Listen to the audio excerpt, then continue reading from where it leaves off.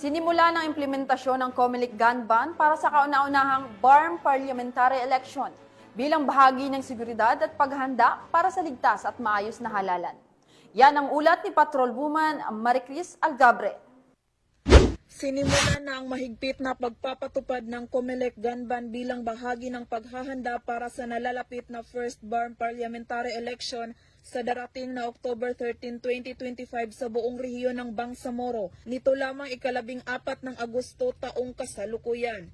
Pinangunahan ni Police Brigadier General Jason C. Guzman, Regional Director ng Police Regional Office Bangsamoro Autonomous Region ang naturang aktibidad, katuwang ang buong hanay ng kapulisan ng Cotabato City Police Office na pinamumunuan ni Police Colonel Jibin Bongkayaw, Provincial Director ng Cotabato City Police Office at COMELEC Cotabato City Election Officer, Attorney Nabel Motia.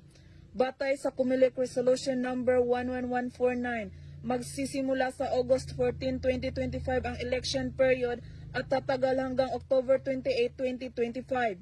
Kasabay nito, mahigpit ding ipatutupad ang pagbabawal sa pagdadala ng anumang uri ng baril at iba pang nakamamatay na armas. Ating previous election noong January 12, nag-implementation nationwide lahat ang checkpoint ng madaling araw. Kaya ganun po ang simula. Ito po, itong nakita niyo po ngayon, nandito yung ating election officer na kasama natin dito na nag-checkpoint. Pero normally, sa PNP po, sa security forces, we start 12 midnight.